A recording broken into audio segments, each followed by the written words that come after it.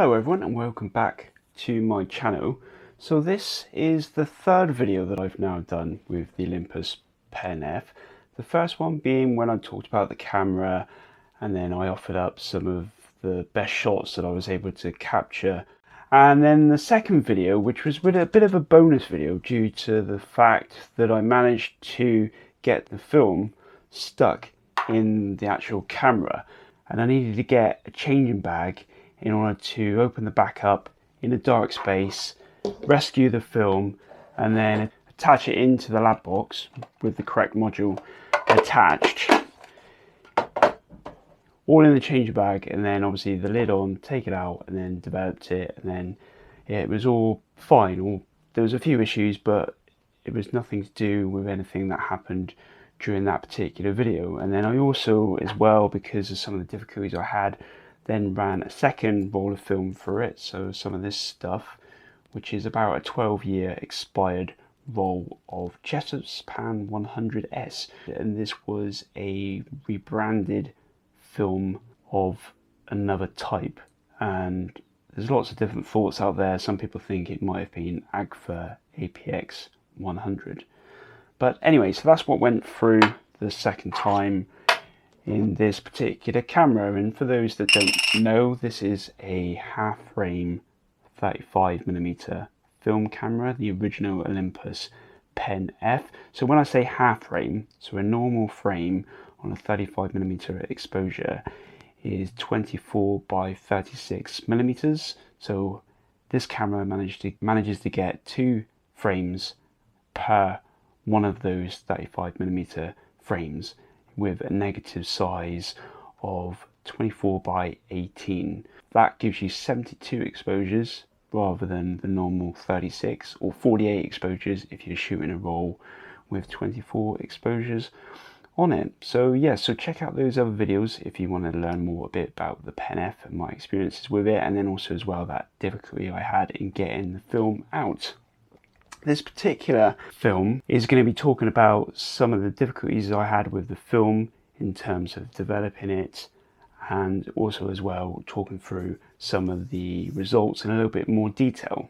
So the first roll of film, when I finally managed to get it out and develop it, I kind of felt when I looked at the negatives that something had gone wrong, because they were overly dark, and at first I thought there was a problem with my developing. So when I digitize a negative, invert it into a positive image, I thought something had gone wrong in that particular phase.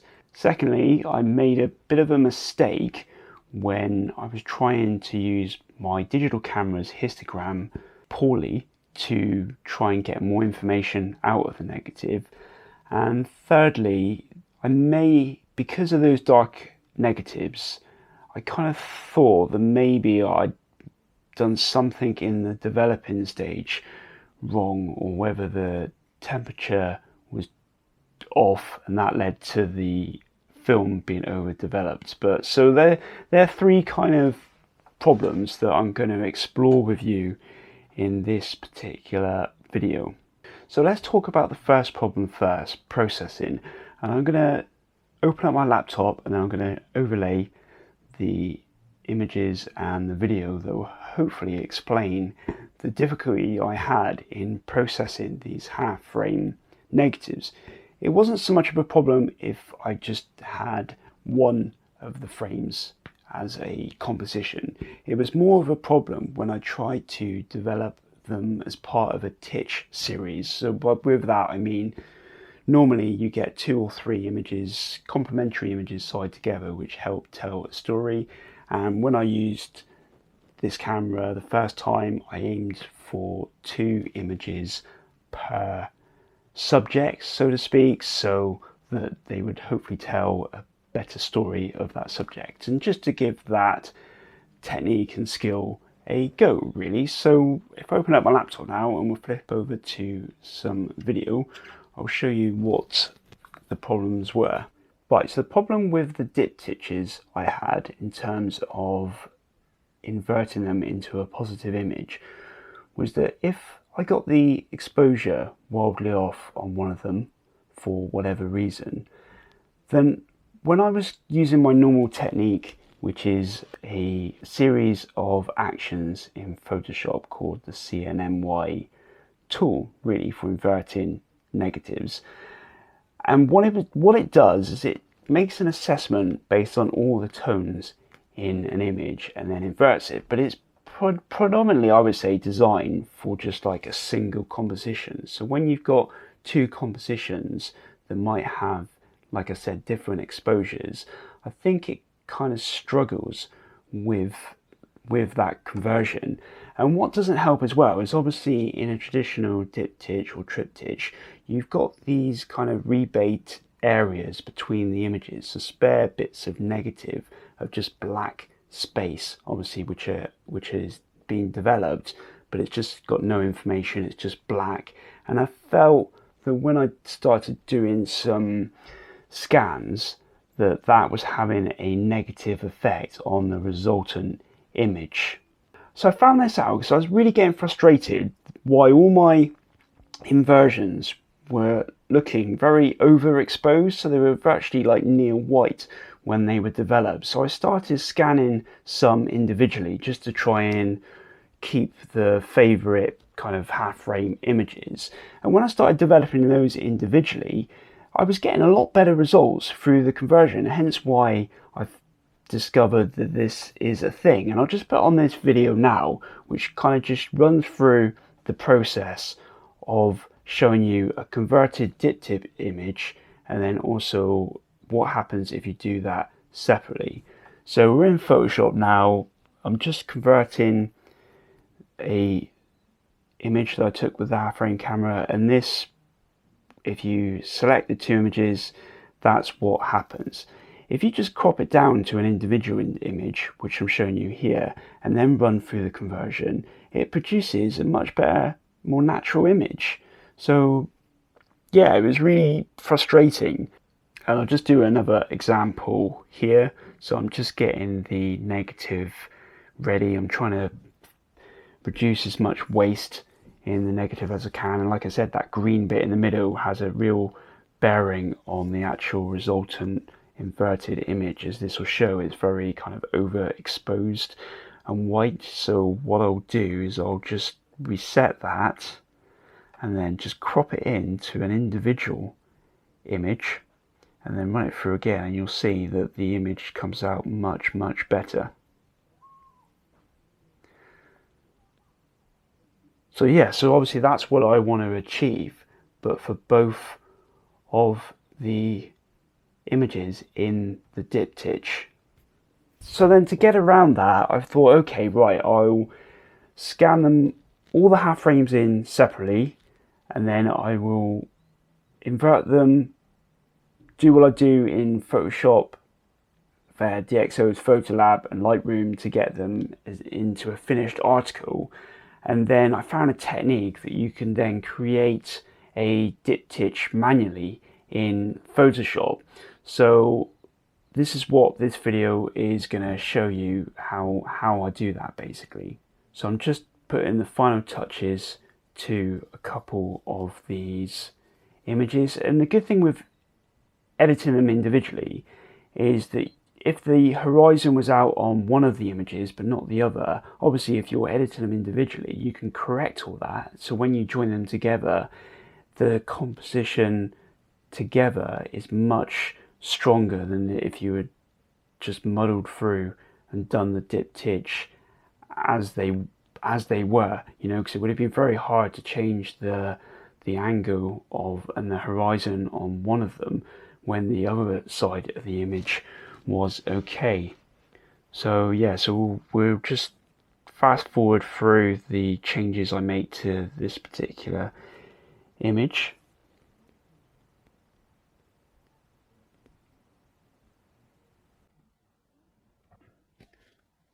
So just comparing what it was like, what it is now, and then I do the same for the other complementary image. So obviously in this scene, I wanted to kind of throw the building, the Sherborne house, out of focus in one image, and then in the other image show it sharp, just for a point of difference really. And I was just experimenting really with the whole diptych and half frame techniques.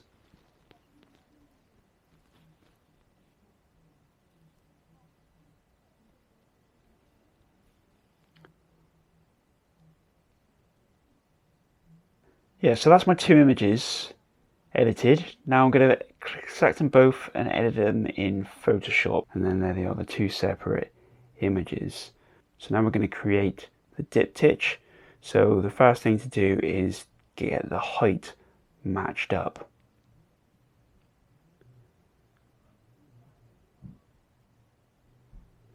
Then copy, select all on one image, copy it, paste it onto the other one, and then move it over a little bit.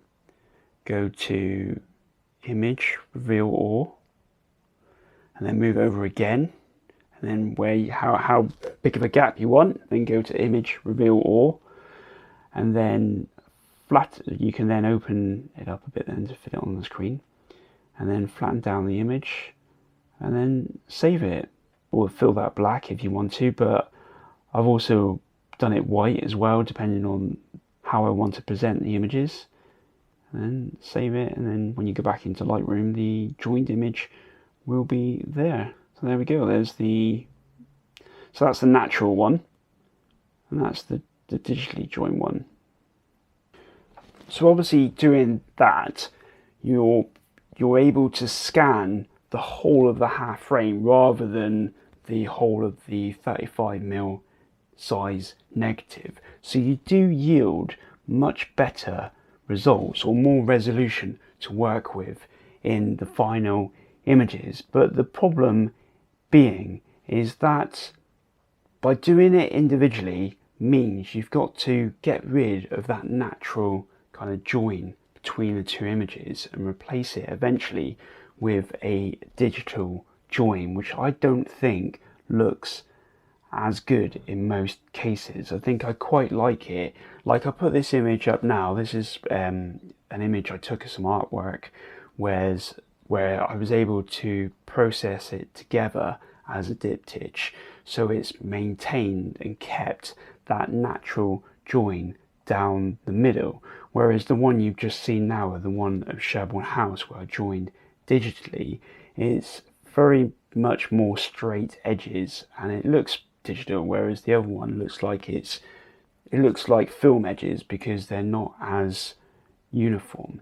I think it just depends on what you want to do with your images or your diptychs, because I did this with the Sherborne House eventually and put it up on my Flickr page, and I actually really quite like this. Again, I think I was looking through Instagram, seeing how people were displaying their diptychs, and I came across this one guy who did it in a similar way, and I quite like that for some images. But again, I quite like the natural presentation of the half frames as well, so I think it just depends on what you want to do with the images.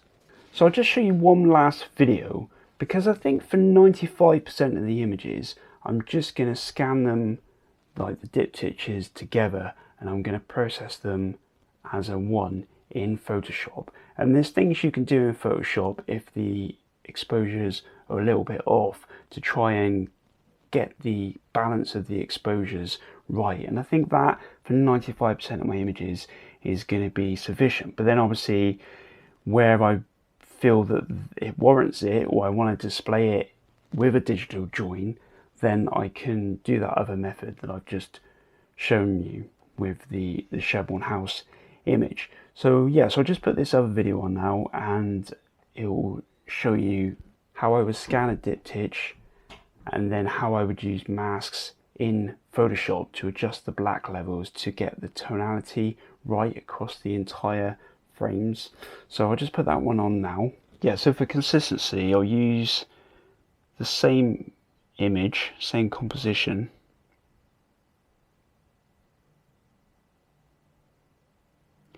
just get the canvas flipped. Right, so then let's convert it into a positive image.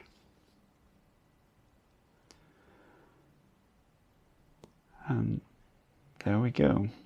So obviously you can see now that one side of the image turned out much better than the other. So if I do some layer masks, duplicated the layers, and then did some layer masks, so I can literally mask out each side of the image. But while I'm just doing this, you can see now that the join in the middle though is obviously a lot more natural in the way that it kind of joins the two images as opposed to a digital break. I generally find that the center portion looks after itself because it is just black after all, or you want it to be quite black. Gotta make sure that the brush color is black to select the masks. And there we go. So back to selecting one of them, and now you can create an adjustment level and change the black point to get it to get the tones where you want them to be. And at this stage I'm just trying to create two sides of this image. I'm trying to get the tonality a bit more consistent, because obviously you can see here it looks quite overexposed.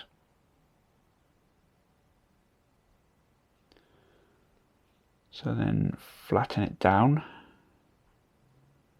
And there we go, it's a lot better than where we were when we just converted them.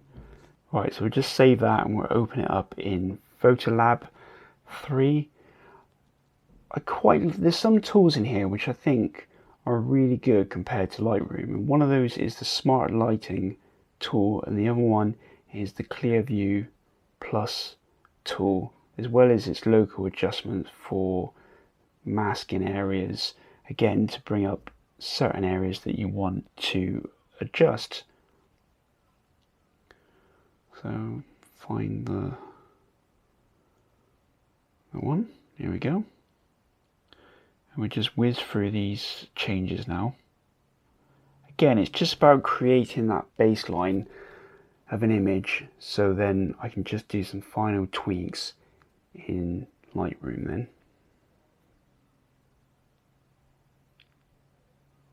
I probably could have done this a little bit better.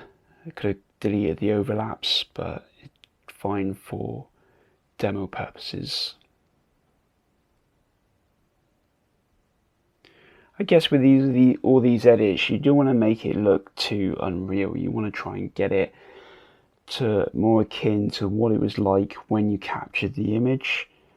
And I have struggled, I would say, with the skies in most of the half frame images, whether it's because I was using the Sunny 16 rule and I didn't compensate for it being extremely bright on some of these days, or whether filters would have helped to balance the exposure in these scenes a little bit better. But I'll try that in a future role. So anyway, we're back into Lightroom now, just to do some finishing touches to the images.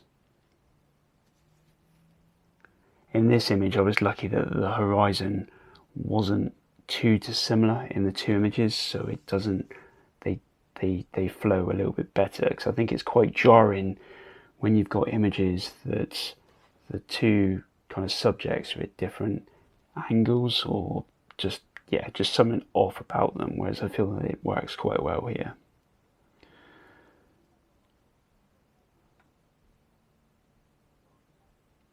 But there we go, the final edited image, maintaining that natural join.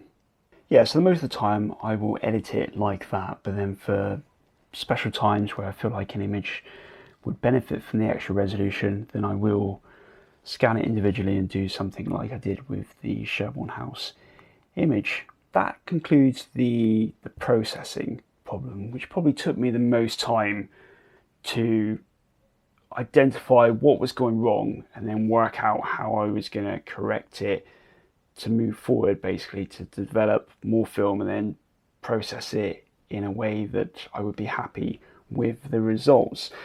Right, so moving on, another problem I had with the first roll of film is that I saw these circular marks appearing in the images, and I'll put some images up now showing you this, but I was really concerned that there was a mark or something on the actual camera itself or the lens. But I actually found that they were caused by drying marks on the actual film itself. The film was actually littered with them, and it's the first time really I've had problems with that occurring on the negatives, because normally I use photo flow in the last part of the development process, which just, I guess, adds something to the final wash, which then when you hang your negatives to dry in the bathroom is supposed to aid the drying process to limit and prevent those kind of marks. And for all but one of my films, I've never had a problem with drying marks. So I think on that day that I developed this first roll of film, the Ilford FP4 Plus, it was extremely hot, much like it is now where I'm filming this on probably the hottest day of the year so far. And I think what happened is that the film, when it was drying, it wasn't allowed to dry naturally. It almost dried too quick, so the marks that formed didn't have the time to dry off, in effect. Yeah, so that then led me on to thinking that if it was too hot for the film to dry in a way that would eliminate those kind of marks appearing on the film, then did the temperature on that day affect the development process? Because I did read that if your temperature is too hot, because basically if you can, like I develop all my black and white film at 20 degrees C, but if you want to develop it when it's hotter, you just have to reduce the development time.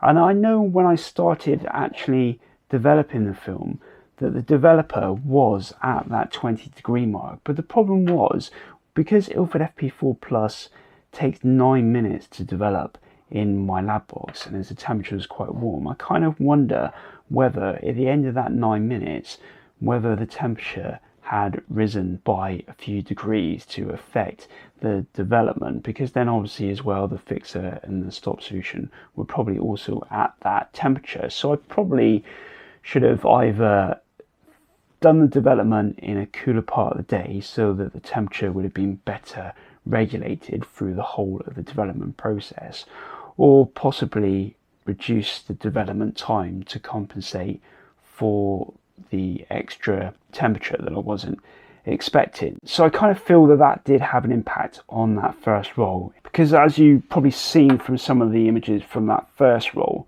I definitely, even though it was an ISO 125 roll and I was using the Sunny 16 rule based on an ISO of 100, the grain I felt was quite excessive, and yeah, just a lot of the images just came out overexposed. So yeah, I wonder whether temperature did play a part in causing that.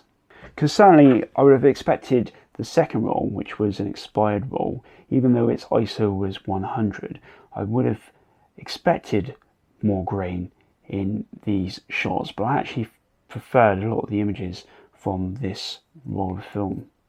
Yeah, so I definitely thought that the images were better in the second roll than I did, but to be fair, the weather I thought was a lot more favourable to shooting film. It wasn't quite as harsh, the dynamic range probably wasn't that great compared to when I was shooting the first roll. It was very sunny and bright in a lot of the scenes, so it probably did struggle in capturing all of that dynamic range onto the film. And furthermore as well, like I said, I was using the Sunny 16 rule or the alternative rule to meter using this film, whereas I wanted to rule out possible problems with the film and some other aspects like the developer.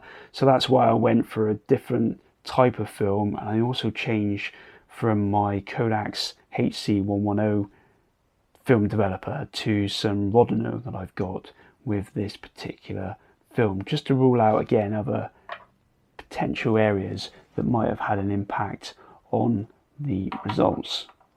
Sadly, what I didn't have problems with was focusing on this camera. As you could probably see, a lot of the, well, virtually all of the images I took were in focus. And yeah, I was really worried when I got this, that this, certainly with me wearing glasses, it was going to make it very difficult to focus. But I just feel that the matte screen in this particular camera really helps, and the image just pops in when it's in focus. So yeah, I had no problems with focusing or using this camera, to be honest, and it was really kind of liberating, certainly when I was using the Sunny 16 rule, to just go out and make those assessments on the available light to determine the aperture and shutter speed combination that I needed to capture the scene that I had in mind.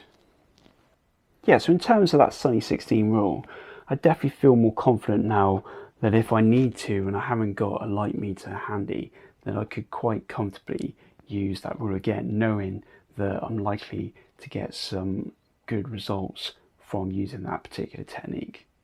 Right, so I finished the main video, but what I'm going to do now, I'm just going to talk through the images in more detail. And what I did as well, because obviously I was worried about the images not coming out right, I did go out and take some similar compositions with the second roll of film, so I can compare and contrast with them as well, despite them being probably different lighting conditions when I captured the images. Yeah, so anyway, I'll open up my laptop again and we'll talk through some of the results. So this is how the original scanned negative came out the first time around. So my heart kind of sunk a little bit when I started to develop these images, because they were coming out very bright and very overexposed. And something I tried to do initially was basically, I thought I could use my camera's histogram to basically expose to the right when I was scanning the negatives, to try and extract as much detail from the negative as I could, but it didn't work. It made the images worse, because what I found is that just tended to add brightness to the image and I lost detail as a result. So I scrapped that and I just let the camera then determine the shutter speed it needed to capture the negatives at an aperture of f8 and an ISO of 200. And this is what it managed for this particular image. And then if I just scroll through this folder, you can see that I managed to really pull out quite a lot of detail from this particular composition. So yeah, so this is obviously with the natural drawing, you can see here. So I scanned and processed this as two images, whereas I also tried it as well, scanning them individually and then obviously joining them, as I showed you earlier, in a more digital way. And it's horses for courses, you know, this is kind of a more natural look, whereas this, it is more of a digital thing. But I think it just depends on how you want to present your images as to which method you prefer. Again, with this image, you can really see the difficulty I had, you know, in the right hand image came out okay when I converted it, but then obviously the left hand side image was massively overexposed. So then I used that masking technique in Photoshop to bring them up to roughly the same kind of exposure. But then, like with all of these images, the sky suffers, because I don't even need to zoom in and you can see that the grain is quite a lot more evident. Yeah, so I was playing around with this composition where, again, I was trying to get the house in focus and then throw it out of focus with this kind of foliage being more in focus. But then someone quite helpfully managed to walk in front of my frame, which I felt was a much stronger composition. So for this particular composition, I think this one works better than the diptych. Again, this is the first roll, so it just goes to show I found that certainly exposures that did include the sky definitely came out a lot better.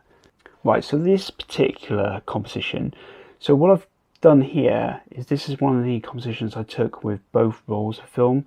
So this first image is the first roll, so the Ilford FP4 Plus, and just look at the grain in this one.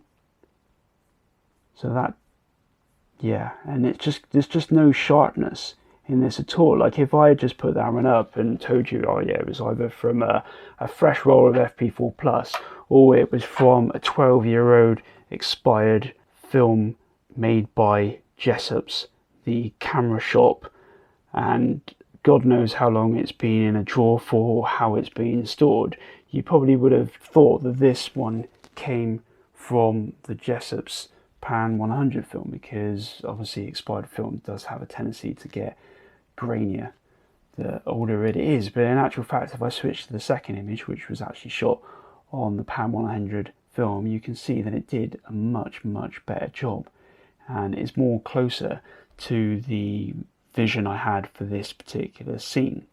You can see here virtually for all the images on the second roll of Jessops, I did this digital method. So I scanned all the images, processed them all individually, and then joined the ones I wanted to join in a diptych in Photoshop. But moving forward, I think I'm going to do a combination of the natural join and the digital join, because I do prefer the natural join in some situations, although like I said before, the Shelbourne House one I feel works really well on the white background. Another image that by scanning together, the right hand side turned out okay, but the left hand side again, it needed a little bit more work. So this probably would have been a fine candidate for a process separately and then join in post. But in this case, I opted just to use masks in Photoshop and adjust the blackness and the tonality level in both of the images to try and bring them up to the same kind of level. And again, you can see I've pushed this way too hard on the left because the amount of grain is bordering excessive. But there's still something about that image, I still quite like it. I love this composition because of the shadow of this particular chimney. And then of course this is the frontage that this guy was walking by on. And again, even though this image is quite badly damaged, if you had watched my previous video where I had to get the film out in the changing bag and then attach it to the lab box in the dark, what was left at the end of the film was like a tail end, and I almost should have cut that off and then attached that end to the lab box. But because I left it in, it was flapping against the film, obviously this particular negative, all through that development phase, hence why it's got these kind of lines across the whole side. But I really like this because there was really some nice light on that kind of house structure at the end. You can just see the tower of the Shelbourne Castle on the left, as well as some kind of people walking in the park. And again, this is probably the limit that I'd want to do in terms of landscape with a half frame camera. I think if the subject was any further away, it wouldn't be as well defined. But yeah, so even though this has got some issues, I do really like this particular composition. So again, a similar composition, right hand image is the Jessops film and the left hand is the FP4 Plus. So you can definitely see on the right image there's a lot more definition, the highlights are better controlled in the sky, and yeah, it's just a much better image to that on the left. Although I do like the more darker blacks in the telephone blocks, whereas it's a bit grey in this image. But other than that, I feel that the second roll did a really much better job. But yeah, it's like I said before, that I think there's so many more keepers on the second roll of film, and a lot of them I feel just are good enough to work individually rather than as a diptych. Yeah, and obviously I felt I really hit the stride with the camera and the second roll of film, and suddenly it helped use an external meter, so you were kind of a bit more confident, I guess, that the images should turn out alright. So yeah, I'll just flick through some of these and talk about some that I quite like the look of. And the sharpness is just amazing. And I do another video here where I actually compare the results from this half frame camera against some results that I took with my medium format film camera, which can shoot half frames, so 6 by 4.5 inch framed medium format film, and the results are quite surprising. But anyway, back to these. Yeah, I took some amazing shots at Montacute with this camera.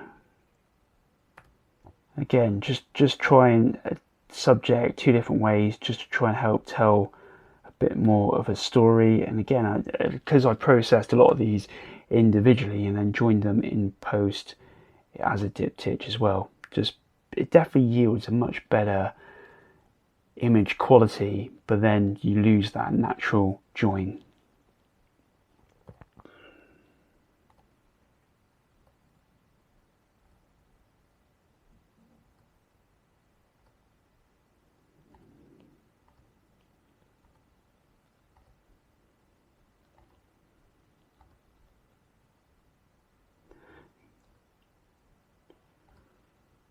Again, on a couple of images, I didn't really have many that I included in my favourites, but I tried to, because I got 2 lenses for the Olympus Pen-F. I've got this one here, which is a 38mm f1.8. I also bought a 100mm f3.5. So on some occasions, I took a shot like this using the 38mm, and then I tried to hone in on a particular detail with the 100mm lens attachment from the same spot. And sometimes it worked, sometimes it didn't. This one, yeah, I'm a bit indifferent whether this one worked, hence why I didn't really join it as a diptych, because I think they work better individually. So, staying in Montacute.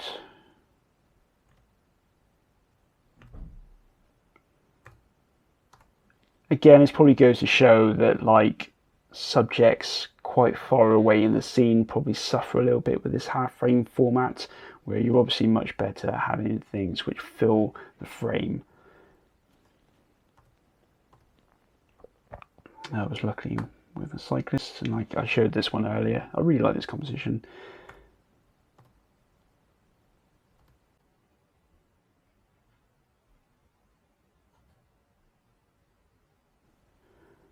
So here's the house again, individually and then together. Much better that time, of that particular composition, and that way. Touched on that. Again, this scene, there was probably a lot in the scene for this camera to deal with. You know, I was trying to capture the shadow on the roof beside the church of the tower and the flag, and then the sky was showing some really interesting shapes, and then I was stood in shadow. So it was a big ask for this scene, and I think if you look at the same scene I took with a medium format camera, you'll see that the medium format camera did a much better job in this same situation. Again, I joined that as a diptych with that particular image beside it. And this is in Dinton National Trust Park in Wiltshire, and I had some really good fun here with the camera, and some of these worked really well individually, but then obviously some really worked as a diptych as well.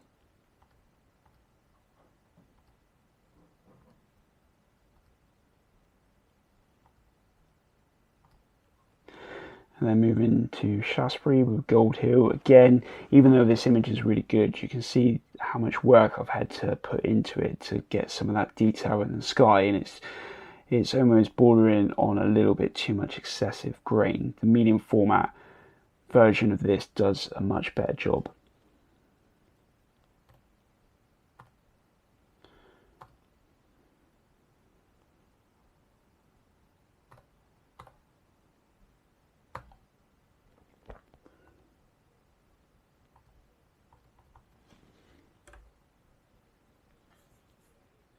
Yeah, so in terms of actually using the camera to capture those diptychs, it was really fun, and I felt really creative in doing it, because I do struggle with trying to be more creative in my photography, and I definitely felt that this camera and the fact that I was trying to get 2 compositions out of every subject definitely helped make me think about the subject and how I wanted to best portray them. And yeah, so I'm definitely going to be using that technique again in the future, but it is a challenge and it has got its own difficulties, because obviously you can take an image and then preview it to see then how you can line up, if you need to line up the next shot. Yeah, so I really hope you enjoyed this video. If you've got any questions, then please feel free to put them in the comment section below. So as always, thanks for watching. Bye for now.